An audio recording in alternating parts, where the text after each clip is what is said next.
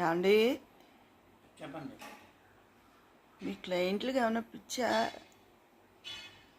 ఏ ఏంటి, నిన్న వచ్చారు, వస్తూనే ఉంటారు. మీరు తమరు కోర్టుకు వెళ్ళినప్పుడు నోటరీ కోసం వస్తూనే ఉంటారు, నన్ను విసిగిస్తూనే ఉంటారు. లేరండి, 1 గంట దాటాక రండి అని చెప్పాను. బండి ఉంది కదండి అంటారు.